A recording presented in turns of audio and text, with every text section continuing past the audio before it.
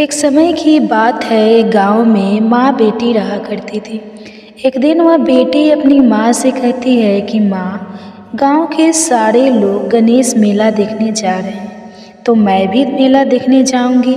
तब माँ ने कहा कि बेटा, तू अभी छोटी है, वहाँ पर बहुत भीड़ होगी, अगर कहीं गिर गई तो तुम्हें चोट लग जाएगी। फिर लड़की ने माँ की बात नहीं सुनी और कहने लगी कि माँ, मैं तो मेला देखने जाऊंगी, आप मुझे आज्ञा दे ताकि मैं भी गणेश जी भगवान के दर्शन करके आऊँ। तो इस तरह अपनी बेटी की जीत करते हुए देखकर उसकी माँ ने उसे 2 लड्डू दे दिए और थोड़ा सा पानी पीने को दे दिया और कहा कि बेटा, एक लड्डू गणेश जी भगवान को खिला देना और थोड़ा सा पानी पिला देना, दूसरा लड्डू तुम खा लेना और बाकी बचा हुआ पानी भी पी लेना।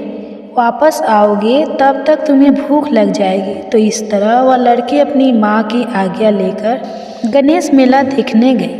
मेला खत्म होने पर सारे गांव वाले वापस आ गए, लेकिन वह लड़की घर नहीं आई। मेले में जो गणेश जी की मूर्ति थी उसके पास वो जाकर बैठ गई और कहने लगी कि गणेश जी, एक लड्डू खा लो और पानी पी लो, माँ ने भेजे हैं और कहा है कि एक लड्डू और थोड़ा सा पानी आपके लिए है और दूसरा लड्डू और बचा हुआ पानी मेरे लिए है। पर गणेश जी तो नहीं आए। थोड़ी देर बाद वह कहने लगी कि गणेश जी, पहले आपको खाना है, आपको खाने के बाद ही मैं खाऊंगी और मुझे जोरों की भूख लगी है। इस तरह कहते हुए बार बार गणेश जी से वह प्रार्थना करने लगी। कहते कहते सारी रात बीत गई। गणेश जी सोचने लगे कि अगर मैंने एक लड्डू नहीं खाया और पानी नहीं पिया तो यह भूखी ही यहीं पर बैठी रहेगी और घर नहीं जाएगी।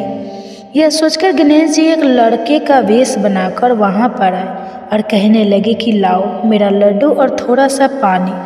तो उसने कहा, मैं कैसे मान लूँ कि तुम गणेश जी भगवान हो। तो गणेश जी भगवान उसके भोलेपन से बहुत ही खुश हुए और अपने असली रूप में आ गए। यह देखकर वह लड़की बहुत ही खुश हुई और भगवान को प्रणाम करके उसने लड्डू और पानी का भोग लगा दिया। तो भगवान ने लड्डू खाया और पानी पीकर उस लड़की से कहा कि बेटा, मैं तेरी भक्ति से बहुत प्रसन्न हूँ, मांगो, तुम क्या मांगती हो। तो वह लड़की मन ही मन सोचने लगी कि क्या मांगूँ, अन्न मांगूँ या धन मांगूँ या अपने लिए अच्छा सा वर मांगूँ, खेत मांगूँ या महल मांगूँ। वह तो मन में सोच ही रही थी कि गणेश जी तो उसके मन की बात जान गए और कहने लगे कि बेटा, तुम अपने घर जाओ, जो तुमने मन में सोचा है वह सब तुम्हें मिलेगा। यह सुनकर वह लड़की बहुत खुश हुई और जल्दी जल्दी अपने घर को चली गई और सोचने लगी कि माँ को जाकर बताऊंगी। पर उसकी माँ का तो पीछे चिंता के मारे पूरा हाल था। वह सोच रही थी कि लड़की को कहीं कुछ हो ना गया हो। सारी रात उसी के इंतजार में बिता दी। सुबह हुई तो लड़की घर पहुंची तो चिंतित भाव में माँ ने उससे पूछा कि बेटा, तुम कैसी हो, इतनी देर कहाँ थी।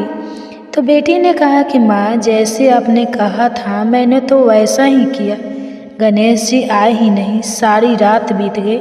सुबह जब होने वाली थी तब गणेश जी आए, फिर मैंने एक लड्डू और पानी गणेश जी को दिया, उसके बाद ही दूसरा लड्डू और बचा हुआ पानी मैंने पिया। इसलिए गणेश जी ने मुझे आशीर्वाद दिया कि जो कुछ मैं मांग रही हूँ वह सब कुछ पूरा हो जाएगा। यह सुनकर उसकी माँ बहुत खुश हुई और माँ बेटी के देखते ही देखते जैसा लड़की ने सोचा था वह सब कुछ वैसा हो गया। हे गणेश जी भगवान, जैसे आपने उस लड़की की पूजा स्वीकार की वैसे सबकी करना, सुख सौभाग्य सबका बनाए रखना। तो प्रेम से बोलिए गणेश भगवान की जय। आइए अब सुनते हैं माँ लक्ष्मी जी की कथा। इस कथा को सुनने से घर में धन वैभव की प्राप्ति होती है और सुख सौभाग्य बना रहता है। तो प्रेम से बोलिए माँ महालक्ष्मी जी की जय। एक समय की बात है, भद्रसव नाम के एक राजा थे। वे बड़े ही पराक्रमी राजा। उनकी पत्नी का नाम सूरज चंद्रिका था। रानी देखने में बहुत ही सुंदर और सुलक्षण थी तथा पतिव्रता नारी थी। उन दोनों को 7 पुत्र तथा उसके बाद में एक कन्या का वरदान मिला था। तो वरदान के अनुसार उन्हें पहले 7 पुत्रों की प्राप्ति हुई, उसके बाद एक कन्या ने जन्म लिया।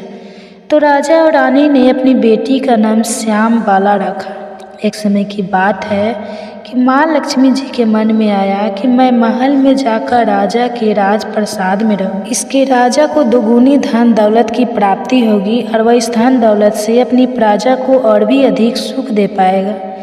अगर गरीब के घर में रहूंगी तो वह तो स्वार्थी की तरह केवल अपने ऊपर ही खर्च करेगा। तो यह सोच के श्री महालक्ष्मी जी ने बूढ़ी ब्राह्मण स्त्री का रूप धारण किया और हाथ में लाठी लेकर लाठी के सहारे धीरे धीरे रानी के महल के द्वार तक पहुंच गए। उन्होंने बूढ़ी औरत का रूप धारण किया था, फिर भी उनके चेहरे पर देवी का तेज था। उन्हें देखते ही एक दासी सामने आई और पूछने लगी कि आपका नाम क्या है, कौन से गांव से आई है, क्या काम करती है, आपका धर्म क्या है। तो वृद्ध ब्राह्मण का रूप धारी लक्ष्मी माता ने कहा कि बेटी, मेरा नाम कमला है, मेरे पति का नाम भुवनेश्वर है, हम द्वारिका में रहते हैं। तुम्हारी रानी पिछले जन्म में एक वैश्य की पत्नी थी। वह वैश्य गरीब था, दरिद्रता के कारण इनके घर में रोजाना झगड़े होते थे। उसका पति उसे रोज मारता था। इन्हीं बातों से तंग आकर वह घर छोड़कर चली गई और वन में खाली पेट भटकने लगी।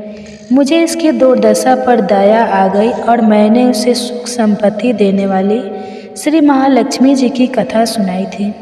मेरे कहने पर उसने श्री महालक्ष्मी जी का व्रत किया था, जिससे लक्ष्मी माता प्रसन्न हुई और इसकी गरीबी दूर हो गई। उसका घर धन दौलत संपत्ति से भर गया। बाद में पति और पत्नी अपने जीवन में सारे सुखों का भोग करते हुए परलोक को चले गए। लक्ष्मी व्रत के कारण वे पहले लक्ष्मी लोक में रहे। उन्होंने जितने साल महालक्ष्मी जी का व्रत किया था उतने हजारों सालों तक उन्हें वहाँ पर सुख भोगना। उसके बाद तुम्हारी रानी का जन्म राजा घराने में हुआ है, परंतु वह तो श्री महालक्ष्मी जी का व्रत करना भूल गई है। उसे मैं याद दिलाने आई हूँ। तो बुढ़िया माई की बात सुनकर दासी ने उन्हें प्रणाम किया तथा श्री महालक्ष्मी का व्रत किस तरह किया जाता है इसके बारे में पूछा। तो महालक्ष्मी जी ने दासी को पूजा की विधि और व्रत की महिमा बताई। इसके बाद वह दासी माता को प्रणाम करके रानी को यह बताने के लिए अंदर चली गई। लेकिन राज वैभव में रहते हुए रानी को अपने ऐश्वर्य का बहुत घमंड था। संपत्ति तथा अधिकार की वजह से वह उन्मत्त हो गई थी।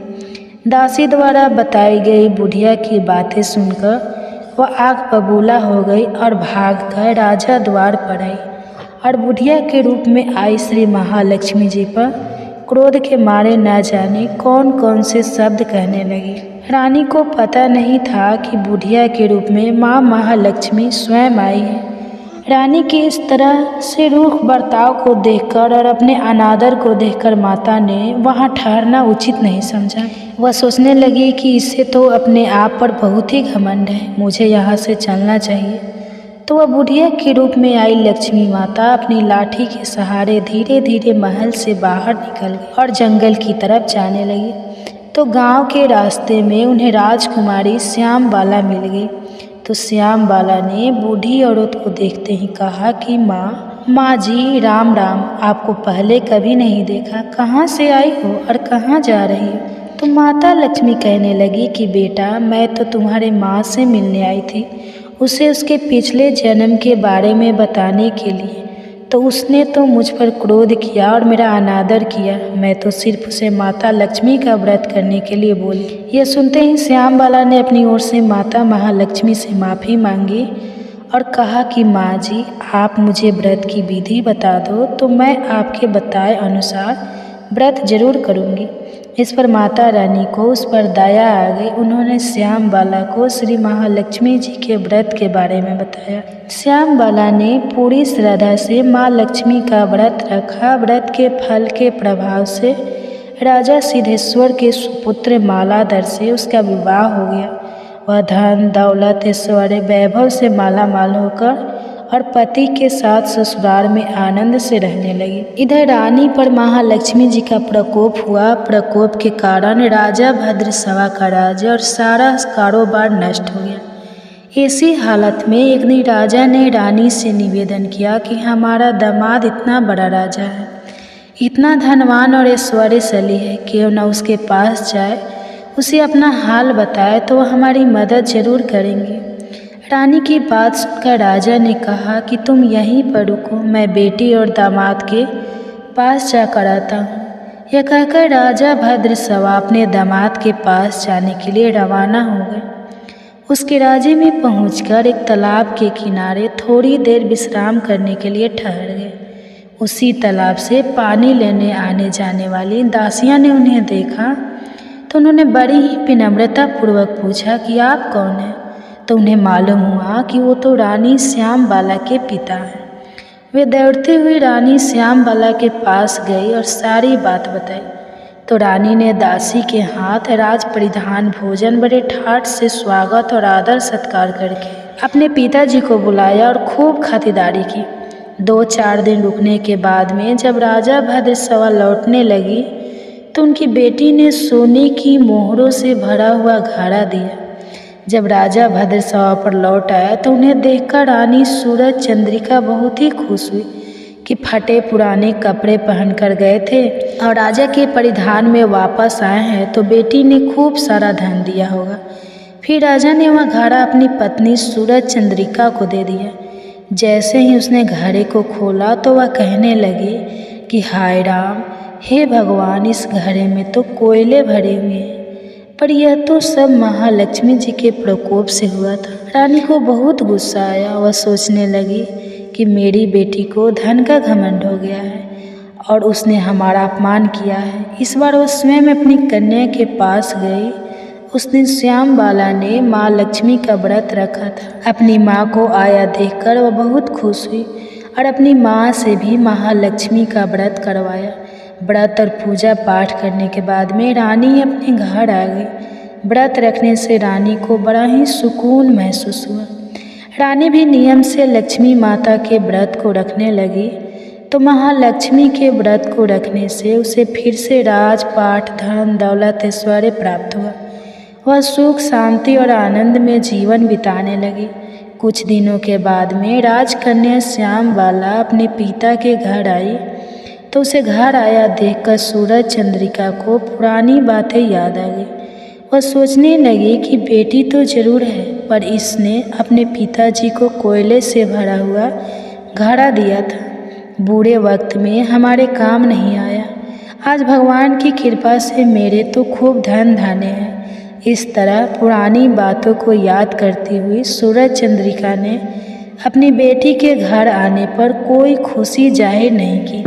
श्यामबाला को अपने पिता के घर पर कोई मान सम्मान भी नहीं मिला, बल्कि उसका अनादर हुआ।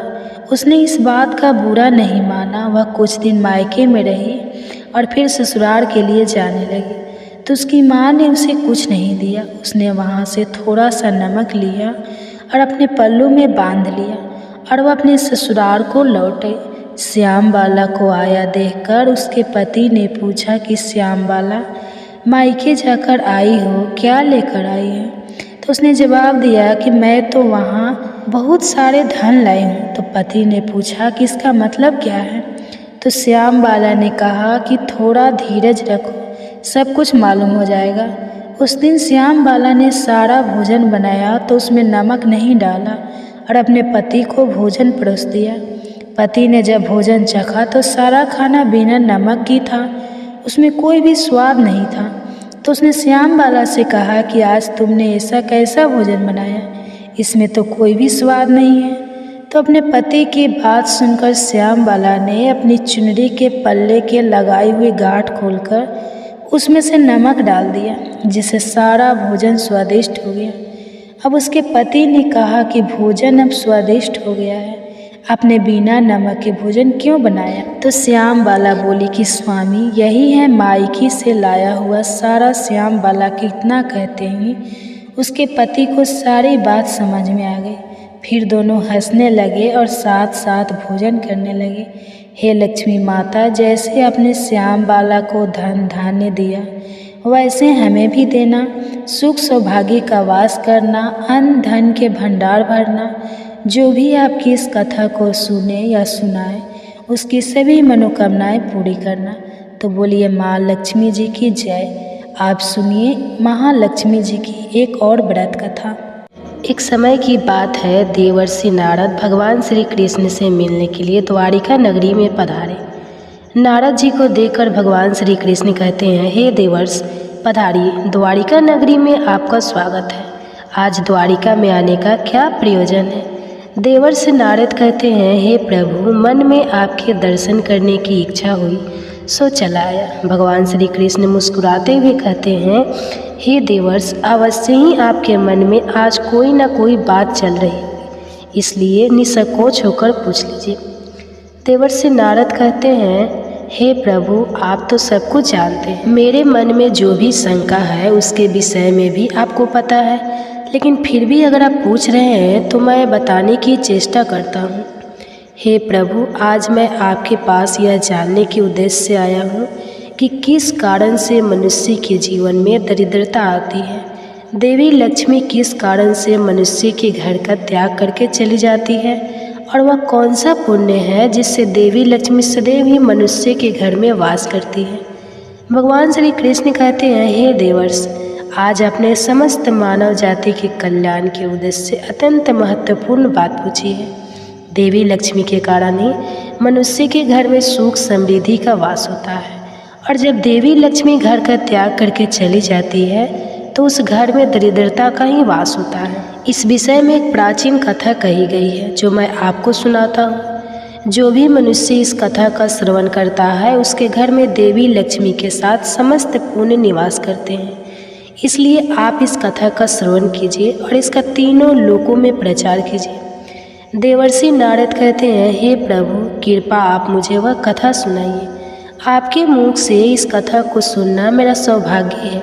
मैं इस कथा को पूरा सुनूंगा और इसका प्रचार तीनों लोकों में करूंगा। भगवान श्री कृष्ण कहते हैं, हे देवर्षि, जो मनुष्य सत्य का साथ देता है ईश्वर उसका साथ नहीं छोड़ते हैं। आज मैं आपको महाराज हर्षवर्धन की कथा सुनाता हूँ, जिन्होंने देवी लक्ष्मी का त्याग करके दरिद्रता को ग्रहण कर लिया था। त्रेता युग की बात है। भारतवर्ष में सत्यवादी धर्मात्मा राजा हर्षवर्धन राज्य करते थे। उनका राज्य कुंतल प्रदेश पर था। उनके राज्य की प्रजा उनसे अत्यंत संतुष्ट रहा करती थी। महाराज हर्षवर्धन बड़े दानवीर और वचन का पालन करने वाले थे। वे सदैव अपनी प्रजा के हित का ही विचार करते थे। महाराज हर्षवर्धन इतने दयालु थे कि उनकी महानता का परिचय इस बात से पता चलता है कि जब भी उनके नगर में कोई भी साधारण मनुष्य बिक्री करने के लिए बाजार में अन्न, वस्त्र आदि कोई वस्तु लाता, और यदि वह वस्तु साया काल तक नहीं बिकती तो उसे राजा स्वयं खरीद लिया करते थे, ताकि उनके राज्य से कोई खाली हाथ ना जा सके। अपनी प्रजा के हित के लिए राजा ने यह सत्य की प्रतिज्ञा की। स्वयं काल होते ही राजा के सेवक शहर में भ्रमण करते, और जब वे किसी को कोई वस्तु या द्रव्य लेकर बैठा हुआ देखते जिसे किसी ने खरीदा ना हो, तो महाराज के सेवक उस व्यक्ति से उन वस्तुओं की कीमत पूछते और उसकी इच्छा और ज़रूरत के अनुसार उसकी जो भी कीमत होती वह कीमत देकर उसकी वस्तुओं को खरीद लेते थे। इस प्रकार से महाराज के ऐसे दयालु स्वभाव को देखकर अनेक लोग प्रसन्न होकर उनकी महानता की चर्चा करने लगे। महाराज हर्षवर्धन की कीर्ति तीनों लोकों में होने लगी। देवता भी उनकी प्रशंसा करने लगे। जब यह बात धर्मराज को पता चली तो एक दिन स्वयं धर्मराज ने ही महाराज हर्षवर्धन की परीक्षा लेने की सोची। फिर एक दिन स्वयं धर्मराज एक ब्राह्मण का वेश धारण करके महाराज हर्षवर्धन की नगरी में प्रकट हुए। उन्होंने अपने साथ दरिद्रता की कारक टूटी फूटी चीज़ें, कूड़ा करकट और कचरा एक पेटी में भर कर ले लिया। अर्थात उन्हें दरिद्रता एक पेटी में भर लिया, और उस पेटी को लेकर वे सत्यवादी महाराज हर्षवर्धन के नगर में उनकी परीक्षा लेने के लिए पहुँच गए। धर्मराज उस नगर के बाजार में उस कचरे से भरी पेटी को लेकर बेचने के लिए बैठ गए, किंतु कौन सा व्यक्ति कूड़ा कचरा खरीदेगा। ब्राह्मण रूपी धर्मराज दिन भर वहीं पर बैठे रहे, लेकिन किसी ने भी उनका कूड़ा कचरा नहीं खरीदा। जब स्वयं काल हुई तब राजा के सेवक हमेशा की तरह बाजार में घूमने लगे। जिसका भी बिक्री का सामान बचा होता उसे वे उचित दाम देकर खरीद लेते थे। ताकि कोई खाली हाथ घर ना जा सके। फिर उसने देखा कि एक ब्राह्मण अपनी पेटी लेकर घर बैठा हुआ है। राजा के सेवकों ने उन ब्राह्मण महाशय के पास जाकर पूछा, हे ब्राह्मण महाराज, आप इस नगर में नए दिखाई दे रहे हैं, क्या हुआ? आपका सामान किसी ने भी नहीं खरीदा? ऐसा क्या लेकर आए हैं आप अपनी इस पेटी में? महाराज के आदेश से हम आपका यह सामान खरीदने के लिए आए हैं। कृपया बताइए आपकी इस पेटी में क्या है और इसका मूल्य कितना है? तब उस ब्राह्मण ने कहा, हे सैनिकों, मैं इस पेटी में दरिद्र लेकर आया, अर्थात कूड़ा कटकर भटकर ले आया और इसका मूल्य 1000 स्वर्ण मुद्राएं है। उस ब्राह्मण के मुंह से ऐसे विचित्र वचन सुनकर वे सभी सैनिक हंसने लगे और फिर उन्होंने उस ब्राह्मण से कहा, हे ब्राह्मण, आपकी पेटी में कूड़ा भरा हुआ है, इसे कौन लेगा? इसका मूल्य तो 1 पैसा भी नहीं है। फिर उस ब्राह्मण ने कहा, सैनिकों, यदि इसे कोई नहीं लेगा तो मैं इसे वापस अपने घर लेकर जाऊंगा। मैंने तो सुना है कि आपके महाराज यहाँ से किसी भी व्यापारी को खाली हाथ वापस नहीं जाने देते, उसका सारा द्रव्य खरीद लेते हैं। लगता है मैंने आपके महाराज के बारे में झूठ सुना है। उस ब्राह्मण की ऐसी बात सुनकर राजा के सेवकों ने कहा, हे ब्राह्मण, आपने सही सुना है, हमारे महाराज किसी भी व्यापारी को खाली हाथ घर नहीं भेजते, उसका सारा माल खरीद लेते हैं। इसलिए तुम थोड़ी देर रुको, हम अभी आप महाराज के पास जाकर आते हैं। फिर उनसे एक सेवक महाराज हर्षवर्धन के पास जाता है और उनसे कहता है, हे महाराज, आज हमारे नगर के बाजार में एक ब्राह्मण आया है, वह बड़ा ही विचित्र है। वह अपनी पेटी में कूड़ा कचरा भर कर रखा है और उसका मूल्य वह 1000 स्वर्ण मुद्राएं बता रहा है। तब महाराज ने कहा, हे सैनिकों, तुम जाकर उसके सामान का मूल्य जो कम से कम हो सके उतना उसे देकर उसका सामान खरीद कर लाओ। उसे उसकी वस्तुएं लेकर वापस मत जाने दो, अन्यथा मेरा वचन झूठा हो जाएगा। फिर राजा के सेवक उस ब्राह्मण के पास जाते हैं और कहते हैं, हे ब्राह्मण, हम तुम्हारे इस पेटी का मूल्य 200 स्वर्ण मुद्राएं देते हैं। तुम इतनी मुद्राएं लो और प्रसन्नता से अपने घर चले जाओ। किंतु उस ब्राह्मण ने कहा, हे सैनिकों, मैं 1000 स्वर्ण मुद्राओं से 1 पैसा कम नहीं लूँगी। यदि तुम मेरा सामान खरीदना चाहते हो तो खरीदो, नहीं तो मैं अपना सामान लेकर वापस चला जाता हूँ। तब उन राजा के सेवकों ने कहा, हे ब्राह्मण, ठीक है, अब हम तुम्हें इस पेटी के बदले 500 मुद्राएं देते हैं। इतना मूल्य तुम्हारे लिए सही रहेगा। लेकिन फिर भी वह ब्राह्मण नहीं माना और 1000 स्वर्ण मुद्राओं पर ही अड़ा रहा और कहने लगा, मेरा सामान लेना है तो लो, नहीं तो मैं चला। तब फिर से वह सैनिक लौटकर राजा के पास जाता है और उनसे कहता है, हे महाराज, उस ब्राह्मण को हमने 500 स्वर्ण मुद्राएं देने की कोशिश की, किंतु वह फिर भी नहीं मान रहा। उसकी पेटी में कचरा और दरिद्र भरा पड़ा है, लेकिन फिर भी वह 1000 मुद्राएं ही मांग रहा है। हे महाराज, आपको उसका कचरा 1000 मुद्राओं में नहीं खरीदना चाहिए। महाराज हर्षवर्धन कहते हैं, सैनिकों, यह मेरे सत्य की प्रतिज्ञा है। मैं किसी भी व्यक्ति को अपने राज्य से खाली हाथ जाने नहीं दे सकता। हम सत्य का त्याग कभी नहीं करेंगे। इसलिए तुम लोग जाओ और वह ब्राह्मण जो कीमत कह रहा है उससे उसकी वस्तुओं को खरीद कर लेकर आओ, इसमें संकोच मत करो। फिर वह सिपाही ब्राह्मण के पास लौट कर आ गए। उन्होंने उस ब्राह्मण को 1000 स्वर्ण मुद्राएं दी और उसकी दरिद्र से भरी हुई पेटी ले ली। वह ब्राह्मण मुद्राएं लेकर चला गया और फिर सिपाही उस दरिद्र से भरी पेटी को लेकर राजमहल में लौटे। फिर महाराज ने उस पेटी को राजमहल के अंदर रखवा दिया। रात्रि में जब सोने का समय हुआ तब महाराज के राजमहल के द्वार से एक अत्यंत सुंदर स्त्री निकली। उस स्त्री के 4 हाथ थे, हाथों में कमल पुष्प थे। उस सुंदर स्त्री ने नाना प्रकार के आभूषण धारण किए हुए थे। महाराज महल के बाहर बैठे हुए थे। जब महाराज ने उस अत्यंत सुंदर स्त्री को देखा तो महाराज आश्चर्य में पड़ गए और उन्होंने उस स्त्री से पूछा, हे देवी, आप कौन हैं? इस रात्रि के समय में आप यहाँ पर क्या कर रही हैं? आप कहाँ से आ रही है और कहाँ पर जा रही है? महाराज की ऐसी बात सुनकर वह स्त्री बोली, हे राजन, मैं तुम्हारे राज्य की लक्ष्मी हूँ। आप सत्यवादी धर्मात्मा हैं, इसी कारण से मैं आपके राजमहल में निवास करती हूँ, किंतु आज आपके राजमहल में दरिद्रता आ गया है और जहाँ पर दरिद्रता रहता है उस स्थान पर लक्ष्मी निवास नहीं करती है। आज आपने एक पेटी से भरा दरिद्र अपने घर में रखा है, इसलिए अब मैं यहाँ से जा रही हूँ। तब महाराज हर्षवर्धन ने हाथ जोड़कर प्रणाम करके देवी लक्ष्मी से कहा, हे माँ लक्ष्मी, आपकी जैसी इच्छा, मैं आपके वचन और प्रतिज्ञा से बंधा हूँ। मैं अपना वचन नहीं तोड़ सकता, इस कारण से मैं इस दरिद्रता से भरी पेटी को लेने से मना नहीं कर सकता था। कृपा आप मुझे क्षमा कीजिए। तब देवी लक्ष्मी महाराज के राजमहल का त्याग करके चली जाती है।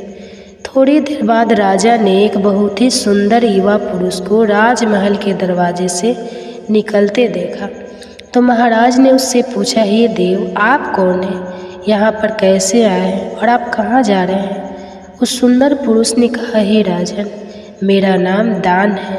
आप सत्यवादी धर्मात्मा हैं, सदैव धर्म का पालन करते हैं। इसी कारण से मैं आपके राजमहल में निवास करता था, किंतु अब देवी लक्ष्मी आपके राजमहल को त्याग कर चली गई है। लक्ष्मी के बिना आप दान कहाँ से करेंगे? इसलिए मैं भी अब आपको छोड़कर जा रहा हूँ। तब महाराज हर्षवर्धन बोले, हे देव, ठीक है, जैसी आपकी इच्छा आप भी जा सकते हैं, किंतु मैं अपने वचन को तोड़ नहीं सकता। फिर वह दान भी महाराज को छोड़कर चला जाता है। उसके बाद अन्य एक सुंदर पुरुष राजमहल से निकलता हुआ दिखाई पड़ा। तब महाराज ने उससे पूछा, हे देव, आप कौन हैं और कहाँ जा रहे हैं? तो उस पुरुष ने कहा, मैं राजन, मैं यज्ञ हूँ। आप सत्यवादी धर्मात्मा हैं। आप सदैव दान धर्म करते थे, इसी कारण से मैं आपके राज्य में निवास करता था, किंतु अब देवी लक्ष्मी और दान आपका घर छोड़कर चले गए हैं, इसलिए मैं भी जा रहा हूँ। क्योंकि लक्ष्मी के बिना यज्ञ नहीं किया जा सकता और दान के बिना यज्ञ संपन्न नहीं हो सकता, इसलिए मैं भी आपका त्याग करके जा रहा हूँ। महाराज हर्षवर्धन ने कहा, हे देव, ठीक है, जैसी आपकी इच्छा, आप भी जा सकते हैं, किंतु मैं अपने वचन का त्याग नहीं करूँगा। फिर वह यज्ञ भी राजमहल को छोड़कर चला जाता है। फिर कुछ समय बाद एक अन्य अत्यंत सुंदर पुरुष राजमहल से जाता हुआ दिखाई देता है। तो राजा ने उनसे भी पूछा, हे महाशय, आप कौन हैं और राजमहल छोड़कर क्यों जा रहे हैं? तब उस पुरुष ने कहा, हे राजन, मैं यश हूँ। आपके पुण्य के कारण मैं आपके घर में निवास कर रहा था, किंतु अब आपके यहाँ से लक्ष्मी, दान, यज्ञ आदि सब चले गए हैं, तो उनके बिना आपको यश की प्रकृति नहीं हो सकती। इसी कारण से मैं भी यहाँ से जा रहा हूँ। तब राजा ने उन्हें भी नमस्कार किया और आदरपूर्वक जाने दिया। फिर उसके बाद अन्य एक अत्यंत सुंदर स्त्री राजमहल से निकली, जिसने सुंदर वस्त्र परिधान किए हुए थे। उसे देखकर राजा ने पूछ लिया, हे देवी, आप कौन हैं और आप किस कारण से मेरे राज्य महल का त्याग कर रही हो? तब वह स्त्री बोली, हे राजन, मैं कृति हूँ। लक्ष्मी, दान, यज्ञ और यश ने भी आपका साथ छोड़ दिया है, तो उनके बिना मैं भी आपके राजमहल में नहीं ठहर सकती, इसलिए मैं भी जा रही हूँ। तब राजा ने उन्हें भी जाने दिया। अंत में एक अत्यंत सुंदर पुरुष राजमहल से निकला और उसे देखकर राजा ने पूछा, हे देव, आप कौन हैं और आप भी हमारे राजमहल को छोड़कर क्यों जा रहे हैं? तब उस पुरुष ने कहा, हे राजन, मैं सत्य हूँ। आप एक सत्यवादी धर्मात्मा राजा हैं, इसलिए मैं आपके यहाँ निवास करता था, किंतु अब आपके यहाँ से लक्ष्मी, दान, यज्ञ, यश, कृति आदि सभी चले गए हैं, तो मैं भी यहाँ से जा रहा हूँ। तब महाराज हर्षवर्धन ने कहा है, हे सत्य, आप भी मेरा त्याग कर रहे हैं, किंतु मैंने तो आपका कभी त्याग ही नहीं किया। आपका त्याग ना करने के कारण ही सभी मुझे छोड़कर जा रहे हैं, इसलिए आप मुझे छोड़कर कैसे जा सकते हैं? मैंने अपने सत्य वचन का पालन करने के लिए ही दरिद्री को अपने घर में रखा था। मैंने संसार के कल्याण के लिए यह वचन दिया था कि मेरे राज्य से कोई भी खाली हाथ नहीं जाएगा। जो भी मेरे राज्य में कोई वस्तु बेचने आएगा, यदि उसकी वस्तु कोई नहीं खरीदे तो उसे मैं खरीद लूँगा। इसलिए मैंने अपने सत्य वचन का पालन करने के लिए उस ब्राह्मण को 1000 स्वर्ण मुद्रा देकर उससे दरिद्र को खरीद लिया था। उसी दरिद्र की बेटी के कारण देवी लक्ष्मी ने आकर मुझसे कहा कि वे उस स्थान पर निवास नहीं करती है जिस स्थान पर दरिद्र रहता है। और देवी लक्ष्मी के जाते ही यज्ञ, दान, यश, कृति सब मुझे छोड़कर चले गए हैं। सत्य वचन का पालन करने के लिए ही मैंने उन सभी को जाने दिया और अब आप भी मुझे छोड़कर जा रहे हैं। महाराज हर्षवर्धन की बात सुनकर वह सत्य बोला, हे राजन, यदि आपने मेरे लिए ही इन सब का त्याग किया है तो ठीक है, मैं आपका राजमहल छोड़कर नहीं जाऊंगा। आप सचमुच बड़े पुण्य आत्मा और सत्यवादी हैं, इसलिए अब से मैं आपके राज्य महल में ही निवास करूंगा। और वह सत्य फिर से राजमहल में लौट गई। उसके थोड़ी ही देर बाद एक सुंदर स्त्री लौट कर आ गई। उसे देखकर राजा ने पूछा, हे देवी, आप कौन हैं? आप कृति हैं। अभी आप मुझे छोड़कर चली गई थी, तो फिर वापस क्यों लौट कर आई? आप तब कृति ने कहा, हे राजन, मुझे क्षमा करो, मैं लक्ष्मी, यश, दान, यश के बिना तो रह सकती हूँ, किंतु सत्य के बिना नहीं। इसलिए जहाँ सत्य रहेगा मैं भी वहीं पर रहूँगी। फिर राजा ने कृति का स्वागत किया और वह राजमहल में चली गई। फिर यश वहाँ पर लौट कर आ गया। राजा ने उनसे पूछा, हे महाशय, आप तो यश है और आप मुझे छोड़कर चले गए थे, फिर लौट कर क्यों आए? तब उस पुरुष ने कहा, हे राजन, कोई राजा कितना ही बड़ा धनवान हो, दानवीर हो, किंतु सत्य के बिना उसे यश प्राप्त नहीं हो सकता। इसलिए जहाँ पर सत्य विराजमान रहता है मैं भी वहीं पर रहता हूँ। सत्य के बिना मैं नहीं रह सकता। ऐसा कहकर फिर यश ने राजमहल में प्रवेश किया। उसके कुछ क्षण बाद यज्ञ भी लौट कर आ गया। राजा ने उनसे भी पूछा, हे महाशय, आप क्यों लौट कर आए? तब यज्ञ ने कहा, हे राजन, चाहे कोई कितना भी लक्ष्मीपति और दानसी क्यों न हो, किंतु बिना सत्य के यज्ञ शोभा नहीं देता है। आप में सत्य विराजमान है, इसलिए मैं भी आपके पास ही रहूँगा। इतना कहकर यज्ञ भी राजमहल में वापस लौटा। उसके कुछ क्षण बाद दान भी वापस आ गया।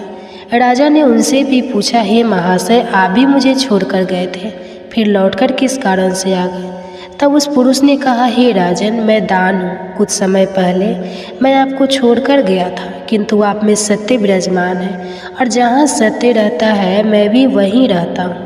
कोई भी मनुष्य कितना ही धनवान क्यों ना हो, किंतु बिना सत्य के वह दान नहीं कर सकता। दान का महत्व सत्य से ही होता है, इसलिए मैं भी लौटकर आ गया। राजा ने कहा, ठीक है, आपका भी स्वागत है। और फिर दान भी राजमहल में चला गया। और फिर उसके बाद साक्षात देवी लक्ष्मी लौटकर आ गई। राजा ने पूछा, हे माँ लक्ष्मी, आप वापस क्यों आ गई? आप तो मुझे छोड़कर चली गई थी। तब देवी लक्ष्मी ने कहा, हे राजन, यह आपके सत्य की परीक्षा थी। आपके यहाँ पर यश, दान, यज्ञ और सत्य सभी निवास करते हैं और लक्ष्मी के बिना सभी विफल हो जाएंगे। इसलिए मैं आपके सत्य के धर्म की रक्षा करने हेतु लौटकर आ गई हूँ। तब राजा ने कहा, हे माँ लक्ष्मी, मेरे यहाँ पर तो दरिद्रता से भरी हुई पेटी है। जहाँ दरिद्रता रहता है वहाँ पर आप कैसे निवास कर सकती हो? तब देवी लक्ष्मी ने कहा, हे राजन, मेरी कृपा से वह दरिद्रता से भरी पेटी भी स्वर्ण और रत्नों से भर जाएगी। इतना कहकर माँ लक्ष्मी भी राजमहल में प्रवेश करती है। माँ लक्ष्मी के प्रवेश करते ही वह पेटी में भरा पड़ा कड़ा कचरा रत्न और स्वर्ण के आभूषण में बदल गया। इसके कुछ समय के पश्चात स्वयं धर्मराज ब्राह्मण के रूप में राजमहल में आ गए। तब राजा ने उनसे पूछा कि हे विप्र, आप कौन हो? आपने तो मेरा त्याग नहीं किया था, फिर आप यहाँ पर कैसे आ गए? तब उस ब्राह्मण ने कहा, हे राजन, मैं साक्षात धर्म हूँ। मैं ही ब्राह्मण का रूप धारण करके आया था और मैंने ही 1000 स्वर्ण मुद्राओं के बदले तुम्हें दरिद्र दिया था, किंतु तुमने अपने सत्य के बल से मुझे जीत लिया है। इसलिए अब मैं तुम्हें वरदान देने के लिए आया हूँ। बताओ मैं तुम्हें कौन सा वरदान करूँ? इतना कहकर धर्मराज ने अपना मूल स्वरूप धारण किया। तब राजा हर्षवर्धन ने कहा, हे धर्मराज, आपके दर्शन करके मैं धन्य हो गया। कृपा आप अपनी कृपा सदैव मुझ पर बनाए रखें, मुझे और कुछ नहीं चाहिए। फिर धर्मराज ने राजा को आशीर्वाद दिया और उस स्थान से अंतर ध्यान हो गया। भगवान श्री कृष्ण कहते हैं, हे देवर्षि नारद, इस प्रकार से अपने सत्य धर्म के कारण ही महाराज ने सभी पर विजय प्राप्त की थी। इसलिए मनुष्य को कभी भी सत्य का अनादर नहीं करना चाहिए, हमेशा सत्य का पालन करना चाहिए। जो सत्य की राह पर चलता है उसके पास लक्ष्मी, दान, यज्ञ, यश, कीर्ति सदैव निवास करती है।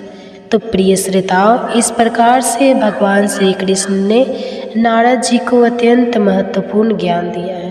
आपको यह कथा कैसी लगी कमेंट्स करके अवश्य बताएं।